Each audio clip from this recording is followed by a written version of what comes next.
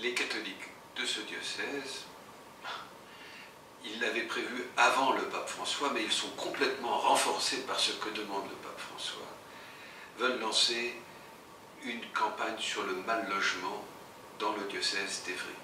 Le mal logement. 400 personnes dans le département vivent, dit-on, dans une voiture. Ce matin encore, quelqu'un, dit le Parisien, a été trouvé mort dans sa voiture. 27 000 personnes demandent un logement, et à ce rythme-là, il faudrait, sans plus aucune autre demande, attendre 10 ans pour que ce soit satisfait.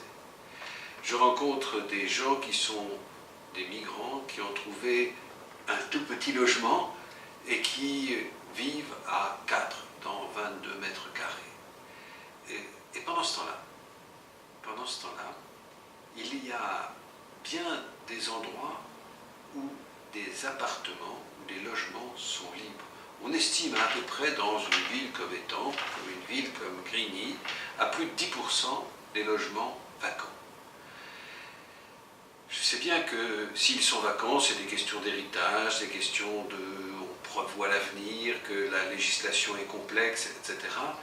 Mais nous ne pouvons pas penser calmement qu'il existe d'une part des gens qui sont dehors et d'autre part des logements vides. Il faut que nous arrivions à trouver les règles juridiques, les associations qui vont bien pour assurer les propriétaires, les gens qui savent regarder pour trouver ceux qui sont en recherche de logement et qui vivent dehors. Il faut que les chrétiens se mobilisent. Ce que nous pourrons faire, ce ne sera pas résoudre le problème du logement. Mais ce que nous pouvons faire, c'est apporter notre amitié à ceux qui sont dans le besoin, non seulement apporter notre amitié, mais aussi apporter nos compétences pour essayer d'aider avec eux à faire les démarches qui sont nécessaires et peut-être trouver telle ou telle solution. Le Secours catholique, la Conférence Saint-Vincent-de-Paul, mais aussi des organisations non catholiques se sont mobilisées, se mobilisent et nous appellent. Nous, qui nous? Eh bien vous, moi et vous. Il faut que nous puissions ce soir dormir tranquille parce que nous aurons trouvé les moyens de permettre aux autres de dormir tranquille. Je vous remercie.